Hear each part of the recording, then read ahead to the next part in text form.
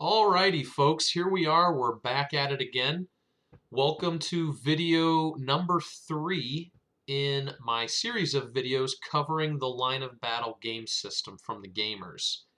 If you're unfamiliar with what the system is and you want to play a little bit of catch up, I would recommend going and taking a look at the first and second videos that I've posted on YouTube regarding the series, and that'll catch you up to where we're at right now. We cover what the system is in general, a little bit of the sequence of play. In the second video, we cover the counters themselves, some of the formations that the counters can be in, status counters, terrain, line of sight, all that type stuff. So in this video, what I want to focus on is going to be everything that happens in the activity phase. This is going to be movement, combat. We're going to talk a little bit about command because that's going to be important. And hopefully we make some morale checks, do some of those type things. What I have set up in front of us here is the 7.3 scenario from the Last Chance for Victory game. Obviously, we're in the Vassal module. This is going to be a good counter density for somebody who's maybe learning the game. I know people will always ask the question, oh, what's the best way to learn this game or this system? A lot of times you're going to get the generic response of, oh, put some counters out on the map and just start pushing them around and you'll figure it out. Well, that really is true of this system. I'd highly recommend this scenario as a beginner, or better yet, this game actually comes with a 11x7 sheet of paper. It's basically an insert that comes with the game. Gives you all the setup instructions. It's a small scenario covering the peach orchard. That's going to be fantastic for new players that are trying to learn the game. So briefly, just let me explain the overall situation in the scenario, and then we'll get into actually moving some counters and discussing some rules. In this scenario, the Confederates have been kind of pushed back on their initial thrust coming up towards McPherson's Ridge. This is kind of where Buford's cavalry was at. This first division from the First Corps kind of arrived on scene and pushed them back. The Confederates have regrouped a little bit. They've got 2 brigades over here. Let's zoom in real quick on those guys. You'll see we have Pettigrew, who is under the command of Heath. Heath is a divisional commander in the 3rd Corps. Pettigrew is a brigade leader under Heath. Same thing up to the north here. We've got Brockenbrough, or Brockenborough. Not quite sure how to pronounce him. He has 4 regiments in his brigade under Heath's command. And then up here to the north, we have Daniel, who is from Rhodes' division of a different corps. For this scenario, he's attached to 3rd Corps. Defending, we have a couple mixed units down here, 2 divisions, fragments of 2 divisions for the Union. Basically, these guys are going to try to want to move forward, take these positions. The Union are going to want to try to hold them. These guys are probably going to come down from the north. They have to stay away from this woods right here. I've got that little KTX marker up there just as a reminder. But if we zoom in, you'll see that I also have 3 markers down here representing the victory conditions. So let's go ahead and start with our Confederate activity phase. In this scenario, the Confederates have the first turn. It's 5 turns. So let's go ahead and start.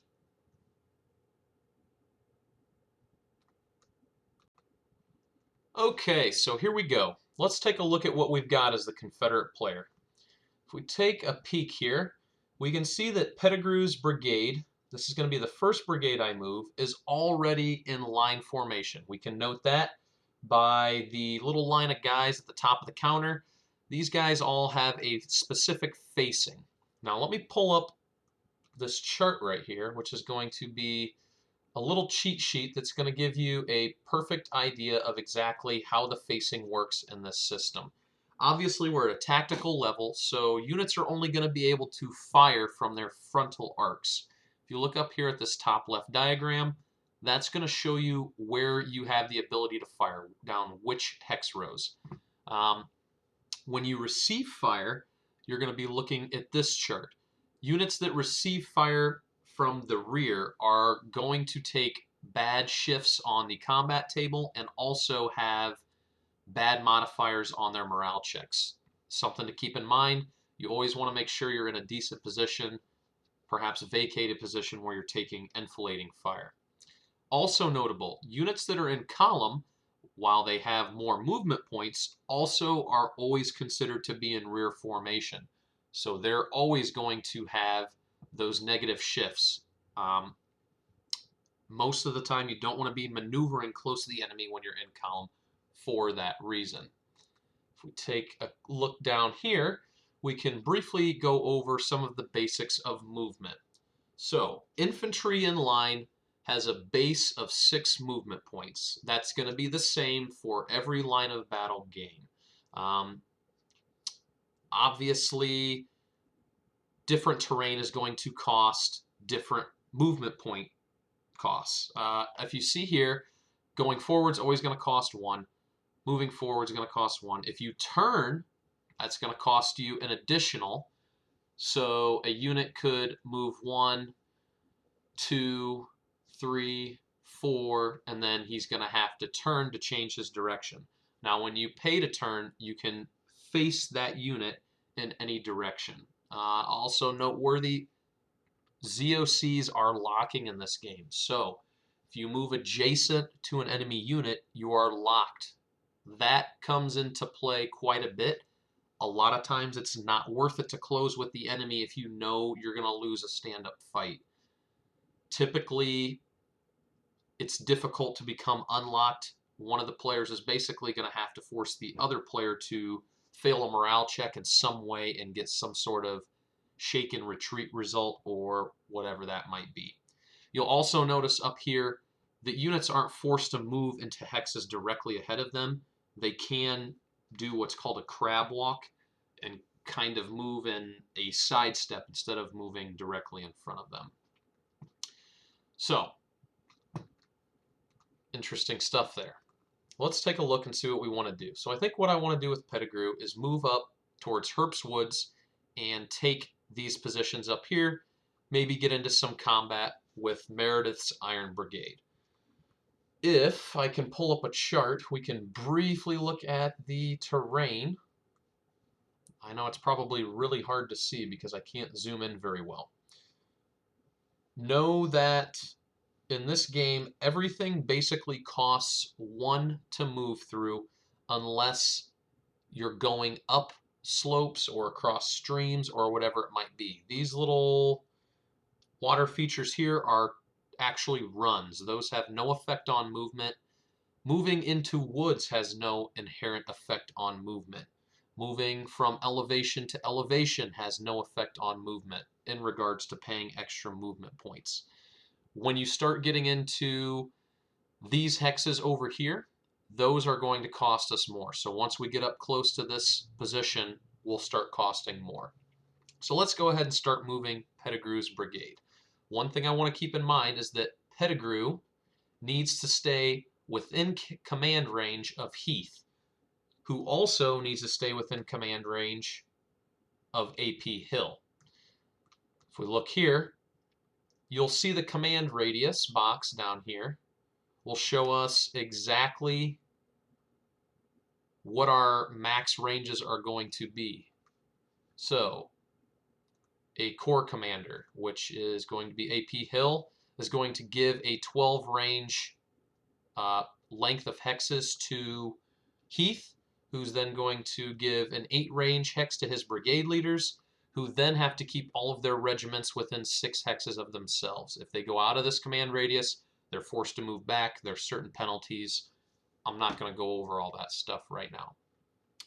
You can play the game with this command radius in no order system. This is a perfect scenario that really requires you to do no sort of order writing or anything like that. There's a ton of scenarios that come in this game particularly where you can just free play like that. You don't have to worry about, oh, I need to write orders, I need to receive orders, any of that type stuff.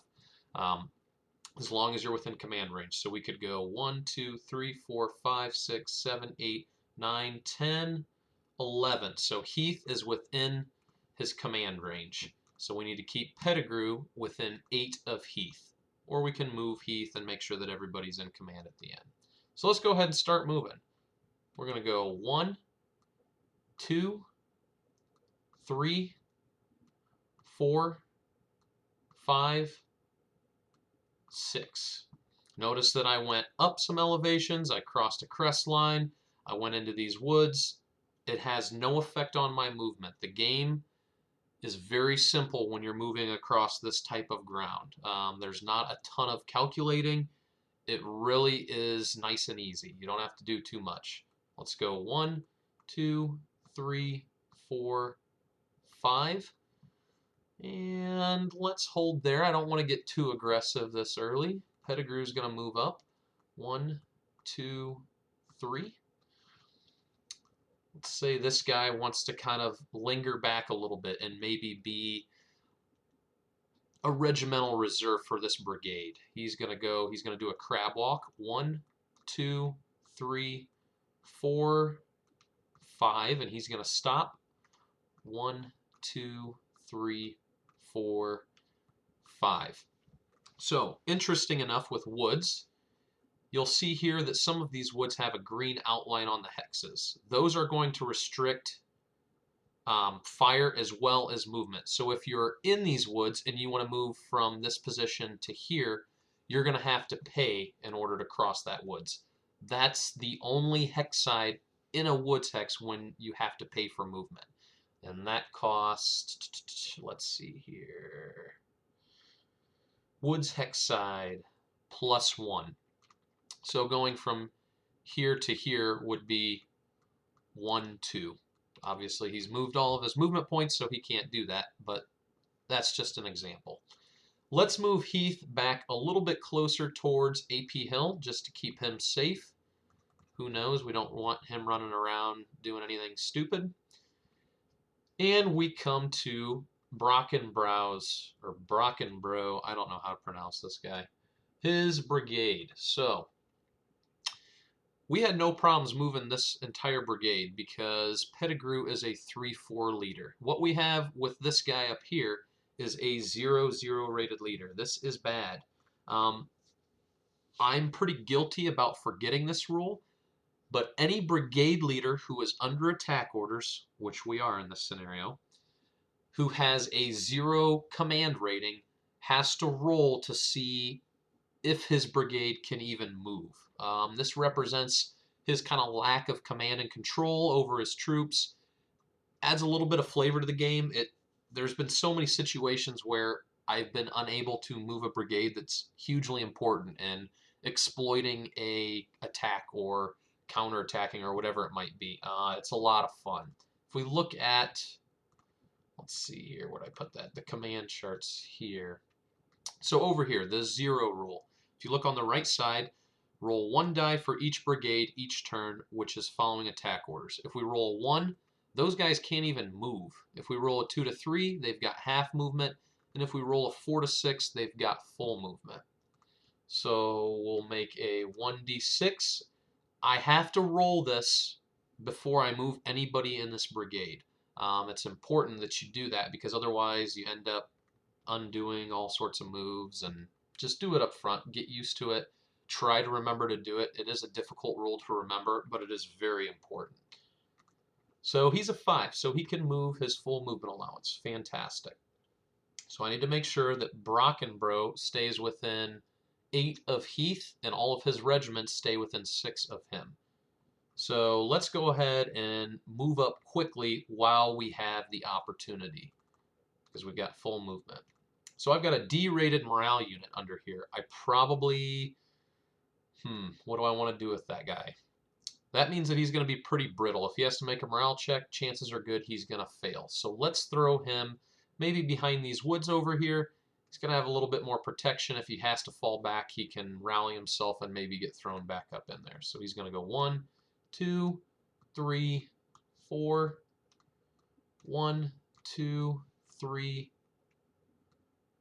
4, 5, and let's turn for 6. So he is going to potentially have a shot in that position next turn. 1, 2, 3, 4, 5, 6. 1, 2, 3, 4, 5, 6, and let's go 1, 2, 3. Now, leaders have a different set of movement points that they're going to be using than line infantry. If you look at the top of the terrain effects chart, I wish this was a little bit more, oh wait, maybe it's on here. I might be able to show you a little more clearly what exactly I'm looking at. Okay. So this chart is going to give you all of the movement point allowances for the different formations that you're going to be moving units in. Line infantry is always going to have 6. Column or open order capable, which we don't have any of in this scenario, are always going to have 8. Mounted units are always going to have 12. Limbered are always going to have 10. And leaders have 12. So leaders are going to have the ability to run around the battlefield a lot more quickly than the other units. Also important to note, if you wish to switch from line to column or column into line, that's going to cost you a movement point. You always use the movement points of the formation that you end in. So a column unit that's moving up and spends 5 movement points and switches into line for 6 is going to have to stop because they end their movement in line formation. Reverse of that, a unit that's in line who moves 4, flips to column for 5, can then go 3 more movement points. You can use that to your advantage in certain situations. It's important to note. Just a little rule. Okay, so those guys have moved up. Let's go ahead and move these guys down. 1, 2, 3, 4, 5. 1, 2, 3, 4, 5. 1, 2, 3, 4, 5. So now we're going to have some action. These guys are moving down. We've got these brigades closing in. We're going to put the Iron Brigade in a situation where they're going to have to react to what we're doing. So let's go ahead and say the Confederates are done with their move. We'll take move markers off. They have some artillery back here that they could move. We'll do that eventually. Right now, I just want to worry about the infantry. So the turn goes over to the Union player. He does nothing in his orders phase. We go to the activity phase. Here we go. Let's see what's going on. So they've got 2 brigades amassing to their front. This brigade coming from the north. Now, in the line of battle game system, the activity phase is all-encompassing. Movement and combat all happens in the same phase in any order that the player wants it to happen in. Previously on the Confederate turn, I moved all of those units over half of their movement points, so they were going to be unable to fire. The negative to that is that they've now moved into my range. Rifles, as you see this guy is carrying, have a range of 4. So this guy's going to be within his range. He's within line of sight. We'll have no problem seeing these guys. Same thing with this guy. He's going to have line of sight there. We're within his arc. His arc's basically going to be going down these hex sides. And maybe we'll move stone and show how you can move and fire in the same turn. But there's a disadvantage to that. You're going to see how the defensive fire is inherent within the activity phase. So let's say we go ahead and start. I'm looking up here and I say, oh wow, we need to push these guys back. Stone's brigade. So the 3rd Division of the 1st Corps, let's go ahead and fire at these guys. They're coming in a little bit too close. So the 150th Pennsylvania is going to declare, all right, I'm firing. I'm going to fire at the 32nd North Carolina. He's at range 2. Let's go ahead and pull up our handy-dandy charts here. And you're going to see that at a range of 2, a regular unit, which we're just straight up rifles, is going to have a 1-column shift to the left. This is range over here. Here's your shifts. Going back to this, we are an R8 unit. So R is going to stand for rifles. 8 is going to stand for the amount of men that are in that unit. So if we go to the combat table, we'll look here and see that there's a column that's labeled 6 to 8. So that's the table that we're starting on. But due to our range, we're going to shift down to the 4 to 5 column. Now, I know that there's no other shifts in this case, so I'm just going to go ahead and roll the die. We're going to be looking on the 4 to 5 column, so I'm going to need at least a 6 to force a morale check. Anything better than a 7 is just going to be gravy. We're going to start hitting them and forcing them to take losses. So let's roll a 2d6, a 6. Well, a 6 on a 4 to 5 is going to be a morale check. So now we'll check out the morale check table. So we're looking at morale ratings. Let's see who the unit is that we fired at. That was the 32nd North Carolina. They are an A-rated unit. So we look at the column that's labeled A. We're going to determine if there's any sort of modifiers for this attack, which there are not going to be. Normally, if you're a fresh unit who's taking fire from the front, you don't have any sort of status markers for, being shaken or disorganized previously. You haven't taken any losses. Nobody's retreating around you. Chances are good that it's just going to be a straight up roll.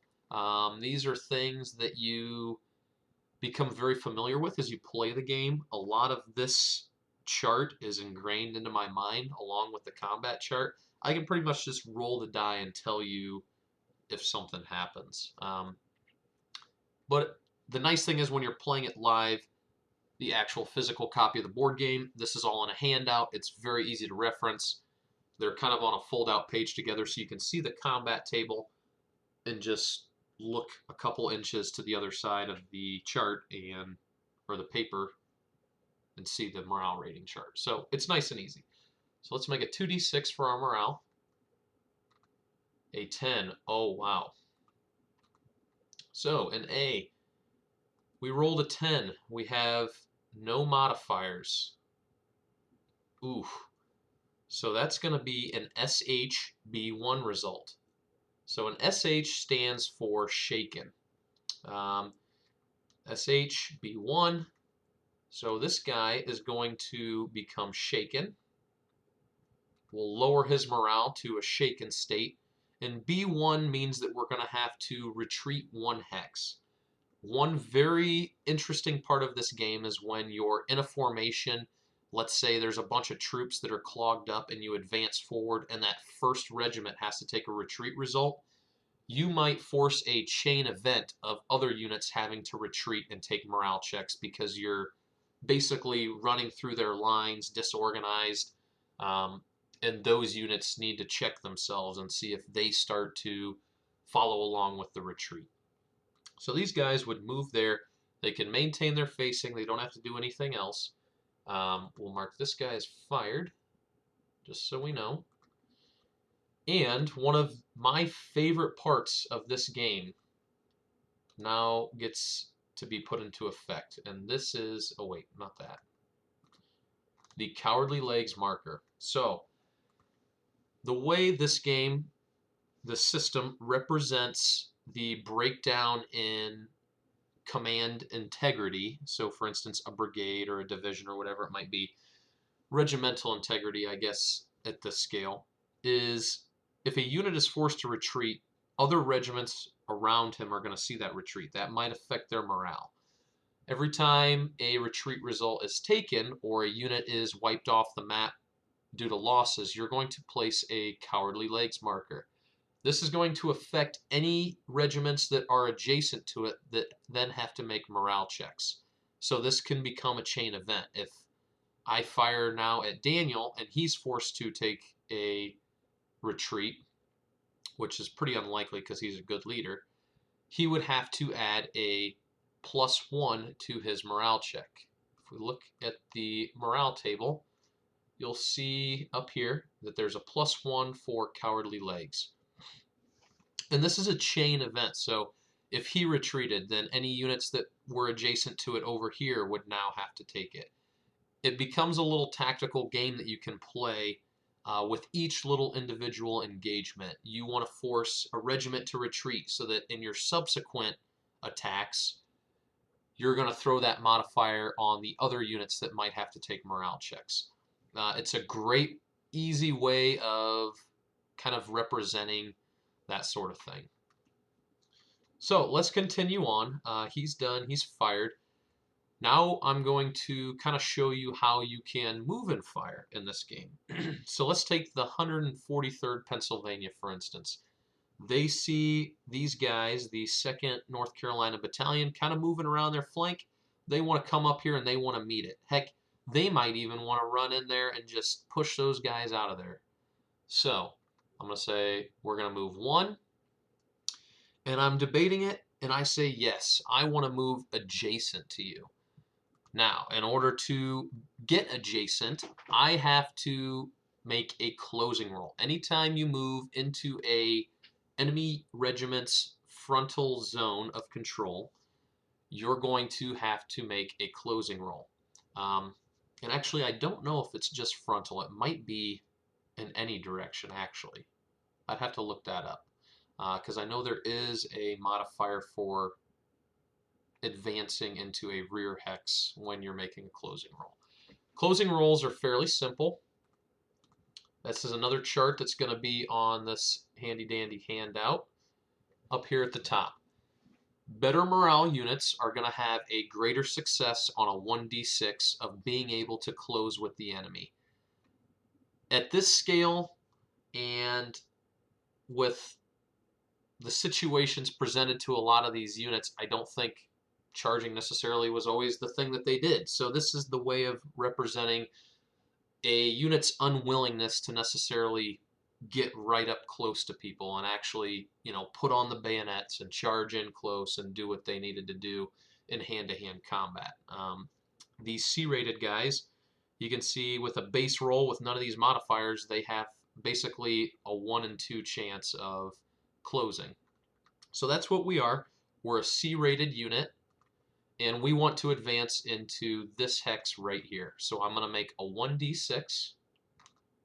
Yes, so we can advance. So that was 1, 2, and there's the dog barking. Belly, relax.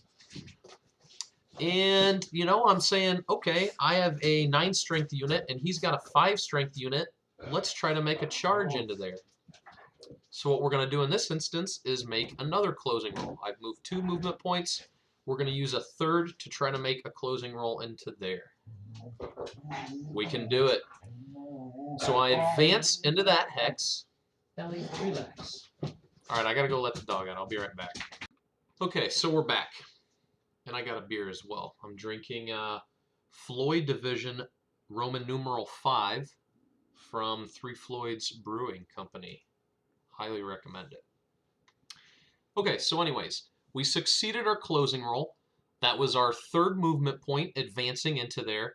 And now I'm basically going to be charging into that hex. The charge sequence is extremely easy in this game. Instead of having its own phase where you move adjacent and then you go in and you do a whole bunch of stuff, it's like anything else, integrated into the activity phase with the movement of the regiment that you're moving. So if I pull up the, nope, we want to do this. Let's find the charge sequence. This is going to show you everything that happens in a charge. So the first thing, assuming a successful closing roll, is the defender's going to take an opening volley. This is going to be the defensive fire. Opening volleys are always going to be a 1d6. It's basically going to be, at this point, a given. Well, I guess it's a 1 in 3 chance that they don't hit. But you'll see the opening volley table up here. We're going to roll a 1d6 for the defending unit. If I roll a 1 to a 2, I take no losses as the Union attacker. If I roll a 3 to 5, I'll take 1 loss. And if I roll a 6, I'll take 2 losses. You can see here that there's certain shifts that put you on this shift-only column. For instance, charging a cannon with dense canister usually is bad. And also, units that move in front of you and then fire are going to give you the opportunity to take opening volleys. That's your defensive fire phase, for instance. At longer ranges, the chances are a lot slimmer that you're actually going to do anything to them. Remember that units that are advancing and firing or moving in their turn never take morale checks. It's always going to be the defending unit or the player who's not active is always going to be the one that's taking morale checks. So in this instance, we're charging. I guess I need to go back to this. We'll take our opening volley. So let's roll a 1d6, a 6. Oof. So that's going to be 2 hits. So we'll decrease our strength. If I was playing this with the physical copy, I'd put a little 7 marker counter facing the 2nd North Carolina Battalion underneath this unit. So then we go to step 2. The defender automatically is going to take 1 SP loss and check for leader loss unless I'm a small unit or the defender started in breastworks. So neither one of those cases is true. We don't have any leaders, so we don't need to worry about those instances. And this guy is going to take his automatic 1 hit. So the point of going into a charge is not necessarily to wipe out your defending opponent just based on those little 1 SP losses. The key here is forcing them to take bad morale checks. If you notice, I'm a 7 unit, 7 strength unit now, and he's a 4 strength unit. So we can pull up the morale chart because now the defender makes a morale check using the additional charge modifiers in addition to the normal ones. So we've got normal modifiers up here. None of these are going to apply. We're not small. If we had 1 SP more, we'd be small because that would be 3 SP. We're not adjacent to any cowardly legs, but these are going to come into effect. So if we look here, my attacking unit is 3 SP bigger than the defending unit. That's going to give the defender a +2 to his morale check. This is bad. If we go back, we'll see that the 2nd North Carolina Battalion is a B-rated morale unit. So we're going to be on the B column, and we're going to have a +2 to this roll. So let's go ahead and make a 2d6 roll. An 8 plus 2 is going to be 10. That's going to give us a result of SHB1L1. Ooh, no good for the Confederate player. So we're going to go SHB1, and L1 stands for loss. So this is how the game integrates stragglers into the system just based strictly on morale checks. Instead of having to track these, basically they're disorganized enough by this attack that now they're going to fall back and they're going to lose a strength point. So let me clone this cowardly legs because I pushed this guy back. This unit can now advance. Now if you'll remember, I only spent 3 movement points in there. After a successful charge, you have the option to continue to advance, but only in the hex row that you're facing directly in front of. So, you know, he couldn't sit here and go, oh, I want to turn and keep charging this way. Nope, not allowed. He can keep charging this way, which in this case, I'm going to try to do. He's still going to have to roll to close again.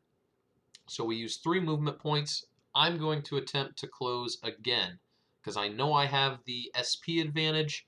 I've got the benefit of having the cowardly legs adjacent to him. If I can close and force him to take a morale check, why not? This is a good situation for me. So I'm going to roll to close a 4. That is going to allow me to close. If you remember that chart, a C-rated unit needs a 4 or better. So we close again. So we're going to go right back into the charge sequence here. So the first thing we're going to do is the 2nd North Carolina Battalion is going to do an opening volley. So this is a 1d6. a 3. That's going to be a 1 SP hit. He's going to decrease by 1. So then we go to step 2. The defending unit's going to take their automatic hit, which is going to make them a 2. And then we're going to move to morale. So this unit's now going to have to take a morale check with a lot of bad modifiers. So let me see if I can move this so we can still see it. There we go. I don't know if this is going to work or not. Maybe. Okay. So he's a 2 strength unit. He's a B rated morale. So we start on the B. We have a bunch of bad modifiers that we didn't have before. He's now shaken, so there's a +1. He's now wrecked because he's below half of his original strength, so we're at +4.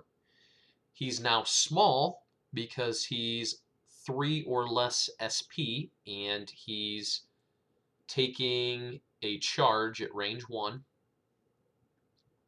So there's 5. And he's got a cowardly leg, so there's +6. Not to mention, when we do this, we get the benefit of the additional charge modifiers. So now I'm going to be 4 larger than him. He's at a what did I say, +6? Holy crap, he's at a +8. So this B-rated morale unit is now going to be at a +8. So let's make a 2d6 roll. A 7 + 8. This guy is going to disintegrate into a pink mist. So we rolled a 7 + 8. Yep, we're going to be on the R, B6, L2 column. So R stands for route. He would decrease. Oh, nope. He would become DG, then he would go to route. He's going to have to retreat 6. And then he's going to, boom, totally blow up into oblivion. Not good for the Confederate player in that instance. To be honest, those were pretty lucky closing rolls. Normally with a C-rated unit, you don't necessarily want to make those types of attacks because your chances are good that you're going to fail. But that's really good for this example of showing you how a charge works.